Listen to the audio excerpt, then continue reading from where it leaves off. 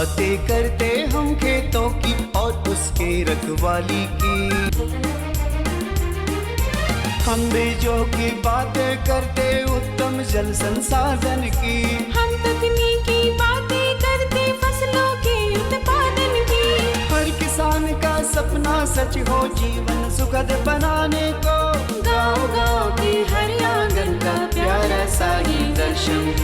कृषि दर्शन, कृषि दर्शन, कृषि दर्शन, कृषि दर्शन, कृषि दर्शन, कृषि दर्शन, कृषि दर्शन, कृषि दर्शन। किसान भाई बहन मन नमस्कार, जोहार। कृषि दर्शन कार्यक्रम में रौरमन के बहुत बहुत स्वागत है। किसान भाई बहन मन जैसन कि रौरमन जानीला कि हर हफ्ता हम रौरमन ले नवा और बेस जानकारी लेके आवेला। आज भी हम रौरमन ले नवा और बेस जानकारी लेके आई। मकिल जानकारी लेवे कर आगे चलू हमने देखा थी कृषि समाचार।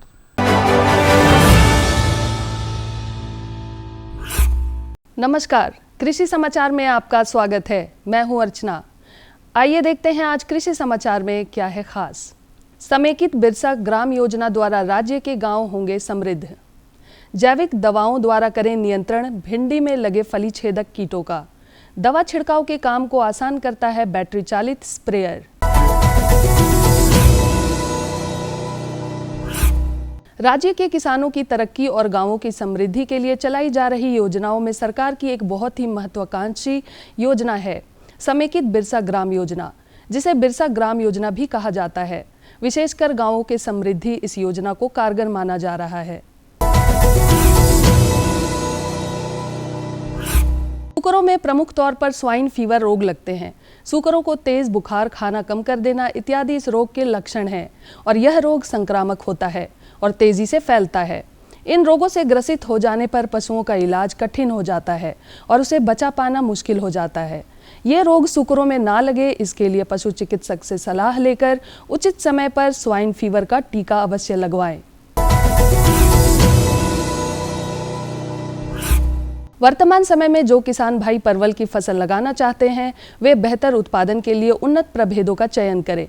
परवल की स्वर्ण अलौकिक और स्वर्ण रेखा नामक प्रभेद अच्छा उत्पादन देने में सक्षम है। स्वर्ण रेखा और स्वर्ण अलौकिक ये परवल के प्रभेदों में बेहतर माने जाते हैं। वर्तमान समय में इनकी बुआई की जा सकती है। 1 हेक्टेयर भूमि में 8 से 10 किलोग्राम की दर से बीजों की बुआई कर और उचित कृषि कार्यों को करके 150 से 200 क्विंटल तक परवल की उपज पाई जा सकती है। यदि भिंडी की फसल में फली छेदक कीट का प्रकोप हो तो हमारे कृषि विशेषज्ञों की राय है कि रासायनिक दवाओं के बजाय जैविक दवाओं का प्रयोग करना बेहतर साबित होगा। कृषक बंधु भिंडी के फली छेदक कीटों के नियंत्रण के लिए नीम आधारित कीटनाशक का प्रयोग कर सकते हैं। ये फसल की सेहत और हमारी सेहत के लिए भी बेहतर है। फसलों पर विभिन्न प्रकार के तरल दवाओं का छिड़काव आमतौर पर कृषकों को करना होता है। दवा छिड़काव के कार्य को बेहतर तरीके से करता है ये बैटरी चालित स्प्रेयर। ये स्प्रेयर तरल दवाओं का फसलों पर उच्च दाब पर छिड़काव करता है और दवा को एक समान पूरे फसल पर फैलाता है, जिससे दवा की बर्बादी नहीं होती है। चूंकि ये यंत्र बैटरी से चलता है, इसलिए दवा छिड़कने में श्रम बिल्कुल भी नहीं लगता। इसका बैटरी रिचार्जेबल होता है। एक बार चार्ज करने पर लगभग 10 से 12 घंटे तक इस काम से लिया जा सकता है।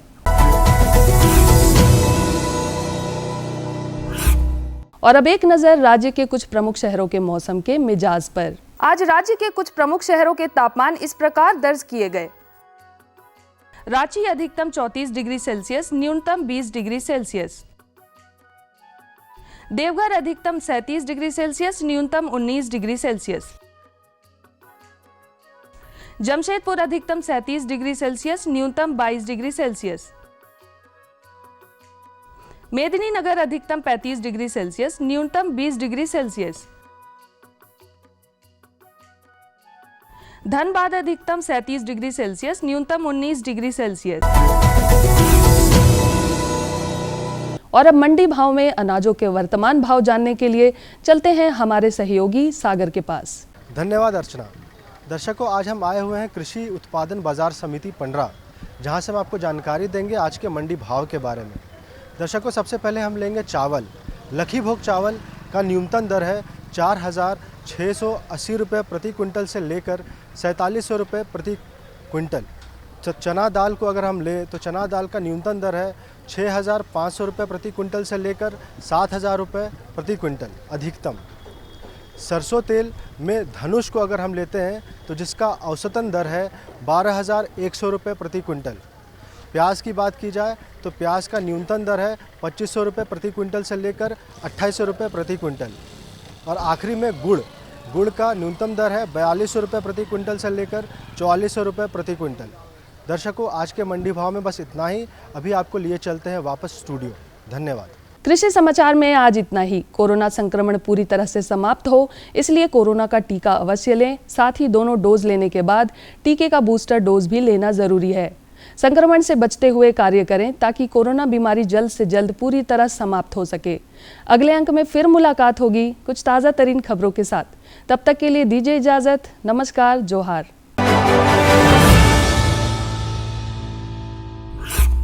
किसान भाई बहन मन, कृषि समाचार में रोरे के तकनीक कर बारे में, उपकरण कर बारे में, मौसम कर हाल कर बारे में और कृषि संबंधी नवा जानकारी मिलक। एखन बेरा हो जाए एक छोटा सा विराम के। हम विराम के बाद घूर के आवा थी और मन के जानकारी देवा थी।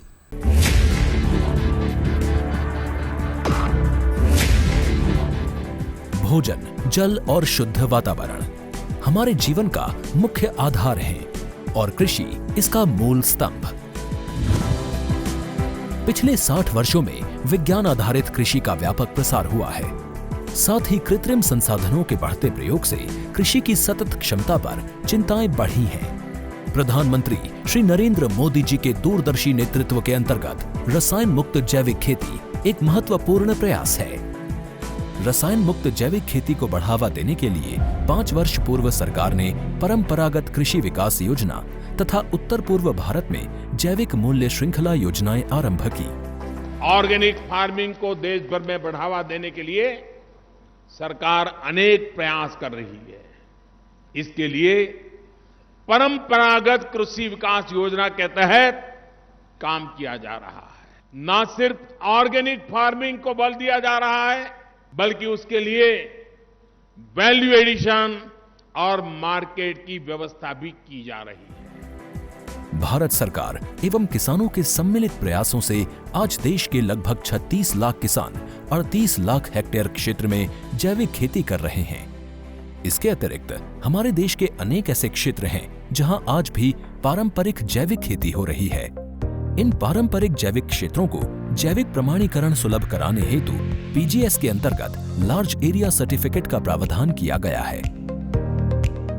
इस प्रक्रिया की विशिष्टता ये है कि इसमें प्रमाणीकरण मात्र 2 से 3 महीनों में हो जाता है, जबकि सामान्य परिस्थितियों में इसमें 2 से 3 वर्ष का समय लगता है। अंडमान निकोबार केंद्र शासित प्रदेश के कार निकोबार एवं नैन काउरी द्वीप समूह देश के सर्वप्रथम ऐसे प्रमाणीकृत जैविक क्षेत्र हैं। अभी हाल ही में संपूर्ण लक्षद्वीप को जैविक खेती के रूप में प्रमाणित किया गया है। वर्ष 2016 में सिक्किम राज्य पूर्ण जैविक कृषि राज्य के रूप में प्रमाणित हो चुका है। सुदूर उत्तर में हिमालय श्रृंखला के बीच स्थित लद्दाख ने भी पूर्ण जैविक के लक्ष्य की ओर बढ़ना शुरू कर दिया है। जैविक उत्पादों को बाजार सुलभ कराने तथा किसानों की उपभोक्ताओं तक पहुंच बनाने के लिए एक समर्पित जैविक खेती पोर्टल भी बनाया गया है। जैविक खेती पोर्टल के जानकारी मंच और विपणन मंच के माध्यम से किसानों को उच्च गुणवत्ता उत्पादन तथा बाजार उपलब्ध कराया जा रहा है। आशा है देश के सभी राज्य अपने जैविक क्षेत्रों का विस्तार करेंगे और देश में जैविक कृषि क्रांति को मजबूत करने में योगदान देंगे। जैविक उत्पादों की देश और विदेशों में बढ़ती मांग तथा जैविक उत्पादों का बढ़ता बाजार, किसानों की उपभोक्ताओं तक पहुंच तथा जैविक एफपीओ द्वारा जैविक कृषि व्यापार में भागीदारी हमारे किसानों को अपनी आय बढ़ाने का अवसर दे रहा है। पिछले 5 वर्षों में जैविक कृषि उत्पादों का निर्यात दोगुने से अधिक बढ़कर 7,000 करोड़ रुपए से अधिक का हो गया है और इसमें प्रतिवर्ष 20% से अधिक की वृद्धि हो रही है। उम्मीद है पारंपरिक क्षेत्र के किसान भी इस बढ़ते बाजार से लाभान्वित होंगे और जैविक कृषि आंदोलन को आगे बढ़ाएंगे। किसानों की मुस्कान समृद्ध हिंदुस्तान की है पहचान।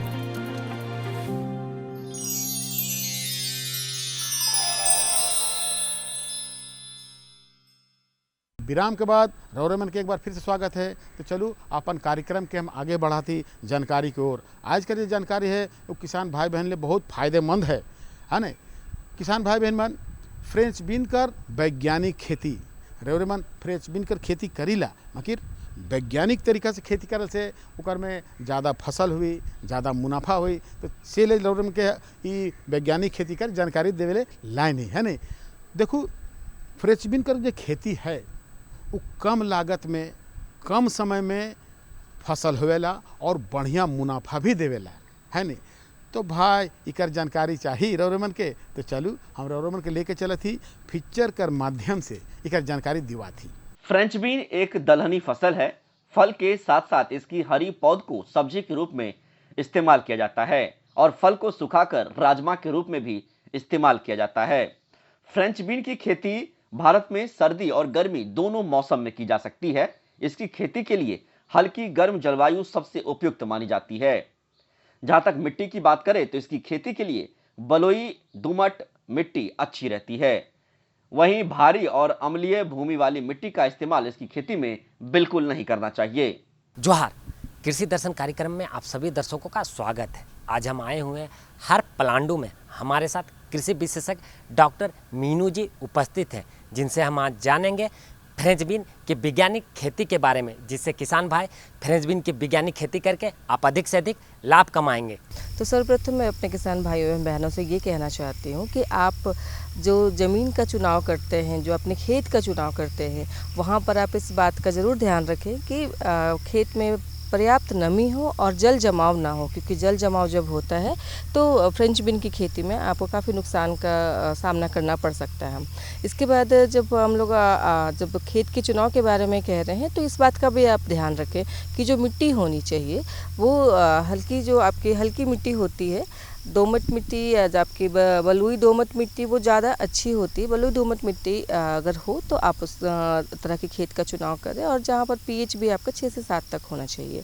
सबसे पहले हम लोग आपको बताना चाहते हैं कि झारखंड में जो फ्रेंच बीन की खेती होती है वो यहाँ पर खरीफ, रबी और जो ग्रीष्म ऋतु होती है, तीनों ही समय में आप कर सकते हैं अगर आप सही समय पर इस फसल की बुआई करते हैं। तो इस बात का ज़रूर ध्यान रखें कि अगर आप ग्रीष्म ऋतु में आप बुआई कर रहे हैं और अगर आप वर्षा ऋतु में बुआई कर रहे हैं, अगर आप रबी में कर रहे हैं, तो आप तीनों में किस्मों का चुनाव करने में ज़रूर सावधानी बरतें। फ्रेंच बीन की खेती के लिए कई किस्में आती हैं जो अच्छी हैं। इसमें झाड़ीदार किस्में होती हैं जिनमें ज्वाइंट, स्ट्रिंगलेस, कटेंडर, पेसा पार्वती, आकार कोमल, पंत अनुपमा और प्रीमियर, वीएल, बोनीवन आदि प्रमुख हैं। वहीं दूसरी बेलदार किस्में होती है जिसमें केंटुकी वंडर, पूसा हिमलता और LVN1 अच्छी किस्में हैं। ऐसे में फ्रेंच बीन की खेती अगर करना चाहें तो इन किस्मों का चयन जरूर करें। जैसे कि अगर हम लोग अभी वर्षा ऋतु की बात करते हैं तो वहाँ पर ज़्यादा सही होता है कि आप लतादार तरह की फसलों का, लतादार तरह की किस्मों का चुनाव करें। लतादार तरह की किस्में जो हमारे जैसे झारखंड के लिए स्वर्ण लता है वह काफ़ी उपयुक्त है। इसके अलावा अगर आप पूसा हिमलता भी ले सकते हैं और जो कई सारी और भी प्राइवेट संस्थान है, पब्लिक संस्थान है, जहाँ भी हो आप किस्मों का चुनाव करने के समय लतादार किस्मों का चुनाव करें तो ज़्यादा अच्छा होता है। इसके बाद हम लोग आपको बताना चाहते हैं कि आप जब खेत की तैयारी कर रहे हैं तो उस समय खेत की मिट्टी को हल्का करें, पटवन दे करके उसमें पलावन चलाकर, और उसके बाद हम ज़रूर ये कहना चाहते हैं कि आप लोग जो हम लोग ये कहते हैं कि ये दलहनी फसल है तो यहाँ पर कम नाइट्रोजन की आवश्यकता होती है, लेकिन फ्रेंच बीन में ऐसा नहीं होता है। फ्रेंच बीन में जो इसकी जड़ें होती है वह नाइट्रोजन जो वायुमंडल से वो कम लेती हैं, तो आपको पर्याप्त मात्रा में नाइट्रोजन की मात्रा देनी होती है। पर्याप्त मात्रा कहने का मतलब है 80 किलोग्राम जो कहा जाता है प्रति हेक्टेयर नाइट्रोजन, वो आपको चाहिए, और 50 फिर आप फास्फोरस दे सकते हैं और 40 पोटास दे सकते हैं। इस तरह से करके आपको आपको उर्वरक की मात्रा उसमें डालनी है। जानकार कहते हैं कि अगर आप फ्रेंच बीन से अच्छा उत्पादन चाहते हैं तो इसकी उन्नत किस्मों का ही चयन करें। इससे न केवल पैदावार बढ़ेगा बल्कि गुणवत्ता भी अच्छी मिलेगी और लाभ भी जाहिर है ज्यादा होगा। उसमें 20 से 25 टन प्रति हेक्टेयर जो गोबर की सड़ी खाद होती है उसको या फिर केंचुआ खाद उसके साथ मिलाकर इस तरह से आप उर्वरक डालें और अपने खेतों को तैयार करें।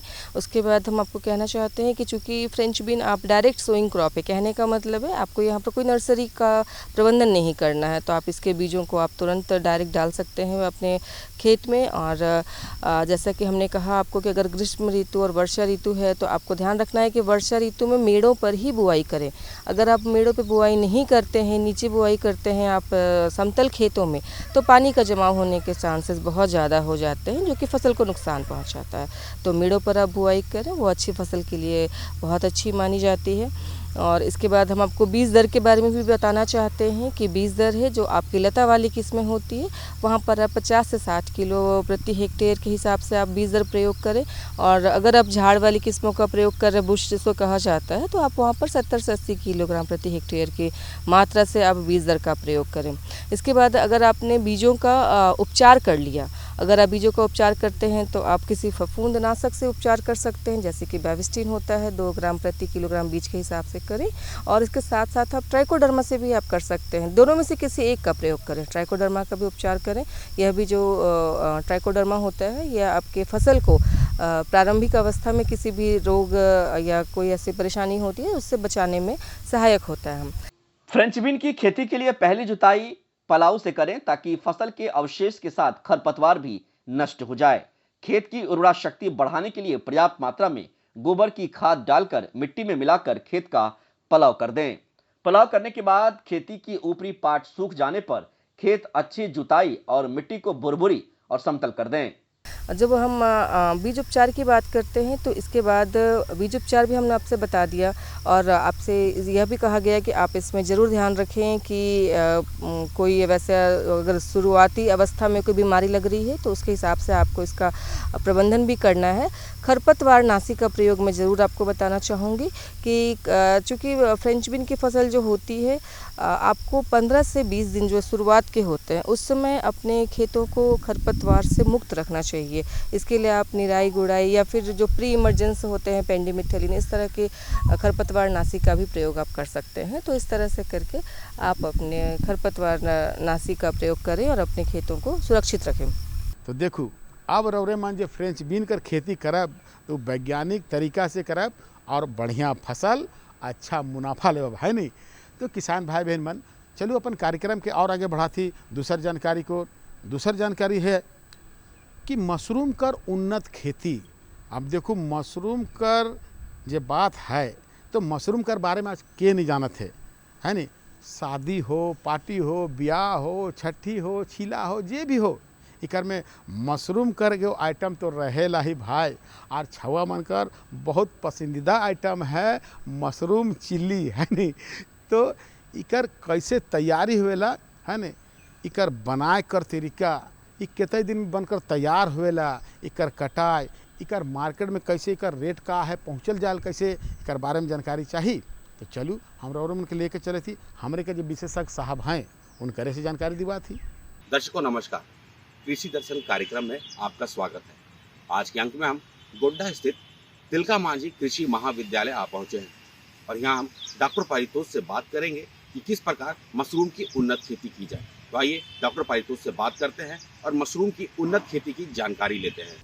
जैसा कि सभी किसान भाई जानते हैं कि आज के बदलते परिप्रेक्ष्य में जो हमारा मशरूम है वो एक बहुत ही मल्टीपर्पस खाद्य सामग्री के रूप में उपलब्ध होता जा रहा है। और हमारा जो झारखंड का जलवायु है ये तीनों प्रकार के मशरूम के खेती के लिए उपयुक्त है। अगर हम कहें तो बटन मशरूम और ओस्टर जिसको कि हम ढिंगरी मशरूम कहते हैं, या फिर जो मिल्की मशरूम जिसको हम लोग दूधिया मशरूम कहते हैं, ये की खेती के लिए बिल्कुल ही उपयुक्त है। चूँकि जो बटन मशरूम है इसकी मार्केट वैल्यू ज़्यादा है, बाज़ार में ज़्यादा प्राइस पर उपलब्ध होता है, तो इसलिए किसान भाई अगर बटन मशरूम की खेती करेंगे तो इससे उनकी आय में ज़्यादा वृद्धि होगी। तो बटन मशरूम की जो वैज्ञानिक खेती है उसको करने के लिए हमको 3-4 चीज़ों का ध्यान रखना पड़ता है। अगर हम देखेंगे इसके कंपैरिजन में, अगर हम देखें ओस्टर मशरूम या फिर ढिंगरी का जो खेती है वो सामान्य तरीके से किया जा सकता है, जबकि थोड़ा सा बटन मशरूम की खेती करना थोड़ा सा कठिन प्रोसीजर है, इसमें थोड़ा सा तकनीकी ज्ञान की ज़रूरत होती है। तो जो बटन मशरूम की खेती है उसको हम सामान्यतः 4 चरणों में देखते हैं। पहला चरण जो है हमारा वो होता है हमारा कंपोस्ट का प्रिपरेशन। कंपोस्ट मतलब खाद का प्रिपरेशन जिस पे हम लोग बटन मशरूम को उगाते हैं। दूसरा जो होता है वो होता है स्पॉनिंग। स्पॉनिंग मतलब बिजाई, जिसमें कि हम मशरूम के बीज को डालते हैं। और तीसरा चरण होता है वो होता है हमारा प्रबंधन, कि बिजाई से लेके उत्पादन के बीच के जो प्रबंधन होते हैं वो फेज। और सबसे आखिर में होता है हमारा हार्वेस्टिंग यानी कि उत्पादन का फेज। तो सबसे पहले हम लोग डिस्कस करते हैं, हम लोग जानना चाहेंगे कि बटन मशरूम के खाद का कैसे प्रिपरेशन करें। तो सामान्यतः जो बटन मशरूम का खाद का प्रिपरेशन होता है वो 2 तरीके से होता है। एक होता है लॉन्ग ड्यूरेशन मेथड और दूसरा होता है short duration method. Short duration method में मेनली 2 से 3 हफ्ते का समय लगता है और लॉन्ग ड्यूरेशन मेथड में 3 से 4 हफ्ते का समय लगता है। सामान्यतः जो हमारे किसान भाई करते हैं वो लॉन्ग ड्यूरेशन खाद का प्रयोग करते हैं, लेकिन चूँकि हम वैज्ञानिक खेती के बारे में आज जानकारी देना चाहेंगे तो इसलिए हम आज आपको बताएंगे कि जो शॉर्ट ड्यूरेशन से और जिसको हम लोग बोलते हैं कि पाइप विधि, तो पाइप विधि के द्वारा भी हम लोग किस प्रकार से मशरूम का खाद बना सकते हैं, कंपोस्ट बना सकते हैं, उसके विषय में आज हम जानकारी देंगे। तो सबसे पहले जो होता है हमको कुछ सामग्रियां लगती हैं। सामग्रियों में हमको चाहिए कि हमको भूसा लगता है, लगभग आप मान के चलिए कि 10 क्विंटल भूसा। उसके अलावा उसमें 2 क्विंटल आपको चोकर और 3 क्विंटल मुर्गी का खाद। इसके अलावा 25 किलो यूरिया और 30 किलो आपको जिप्सम लगता है, जिसके थ्रू आप छोटी विधि यानी कि शॉर्ट ड्यूरेशन विधि के द्वारा कंपोस्ट बना सकते हैं। तो सर्वप्रथम कंपोस्ट बनाने के लिए हमको क्या करना रहता है कि हमको भूसे को 48 घंटे पहले, जब हम लोग उसको कंपोस्ट बनाएंगे उससे पहले 48 घंटे पहले हमको भूसे को पानी में भिगोना रहता है। और पानी में भिगोने के बाद हम उसको अच्छी तरीके से इस प्रकार से भिगोएं कि जो पानी है वो भूसा पानी को एब्जॉर्ब कर ले, मॉइस्चर को एब्जॉर्ब कर ले। और उसके लिए हम उसको अच्छे से बैठ के पैरों से या हाथों से अच्छे तरीके से मिलाएंगे। और उसके बाद जब 48 घंटे हो जाएगा तब हम क्या करेंगे कि उसमें 3 क्विंटल जो हमारा है चोकर और मुर्गी का खाद मिक्स करेंगे। इसके अलावा हमने जो 25 किलो यूरिया और 30 किलो जिप्सम लिया है उसको भी हमने मिक्स किया। उसके बाद हम क्या करेंगे कि उसका ढेर बनाएंगे। ढेर बनाने के लिए हमको क्या करना पड़ेगा कि एक और सामग्री चाहिए होगी कि हमको परफोरेटेड यानी कि छेद वाले जो पाइप होते हैं, वो पाइप प्लास्टिक का हो सकता है या फिर लोहे का हो सकता है। वो पाइप लेके हमको 5 से 7 पाइप लेना पड़ेगा। और सर्वप्रथम हमको उसका भूसे का ढेर बनाना। देखिए, झारखंड बटन मशरूम के बहुत सारे किस्म हैं जो कि आज मार्केट में अवेलेबल हैं। और जो मशरूम का बीज होता है उसको हम लोग अपने वैज्ञानिक भाषा में उसको हम लोग बोलते हैं स्पॉन। तो हम जब भी स्पॉन लेंगे तो हमको एक चीज़ ध्यान रखना है कि जो हमारा स्पॉन हो वो 2 से 3 महीने से ज़्यादा पुराना नहीं हो। और किस्मों की बात है तो हमारे झारखंड में जो ज़्यादा पॉपुलर किस्में हैं उसमें हमारे पास है ऊटी 1, ऊटी 2, ये किस्में हैं जो ज़्यादा प्रचलित हैं और कम समय में ये ज़्यादा उत्पादन देती हैं। अब उन किस्मों का चयन करने के बाद हमने जो मशरूम का बीज मंगाया, जो स्पॉन मंगाया, उस स्पॉन को हमने क्या किया कि अब हम उस स्पॉन को बिजाई करेंगे, जो स्पॉनिंग बोलते हैं, या फिर उसको हम सिंपल भाषा में कहें तो हम उसकी बिजाई करेंगे। बिजाई करने के भी 2 मेथड हैं, या तो आप उसकी सतही बिजाई करें या फिर आप पूरे खाद में मशरूम को स्पॉन को मिक्स कर दें, बीज को मिक्स कर दें और उसको बैग में भर दें या ट्रे में रख दें। सतही बिजाई में क्या होता है कि हमको 2-3 सतह बनानी होती है। सर्वप्रथम हम खाद की एक सतह देंगे, उसके ऊपर हमने अपने बीज की एक सतह देंगे, फिर पुनः ऐसे करके 3 सतह बना के उसको हम पैक करके बैग में रख देंगे। अगर हम प्लास्टिक बैग का उपयोग कर रहे हैं तो बिजाई के पश्चात हमको उस बैग में 8-10 छोटे छोटे सुई से छेद करने रहेंगे, जिससे कि उसमें पर्याप्त मात्रा में एरिएशन, हवा का मात्रा बना रहे। इसके लिए हमको उसको छेद कर देना रहता है। उसके बाद हमको उसको थोड़ा सा अंधेरे कमरे में, डार्क रूम में छोड़ देना होता है, जिससे कि उसका माइसीलियम ग्रोथ हो। माइसीलियम ग्रोथ मतलब कि जो कवक जाल है वो पूरी तरीके से उस पर डेवलप हो जाए।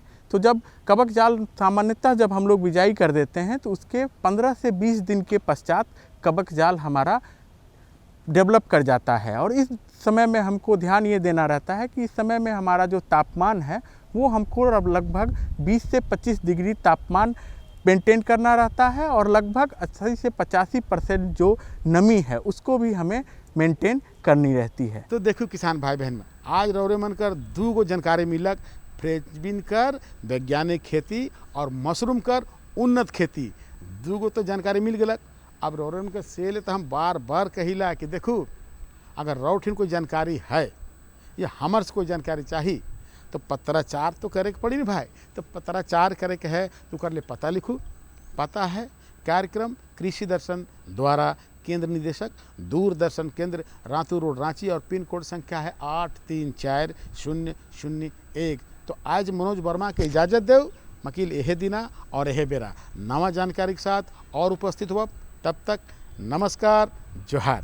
हम बीजों की बातें करते उत्तम जल संसाधन की, हम तकनीकी बातें करते फसलों के उत्पादन की। हर किसान का सपना सच हो जीवन सुखद बनाने को, गाँव-गाँव के हर आंगन का प्यारा सा ये दर्शन।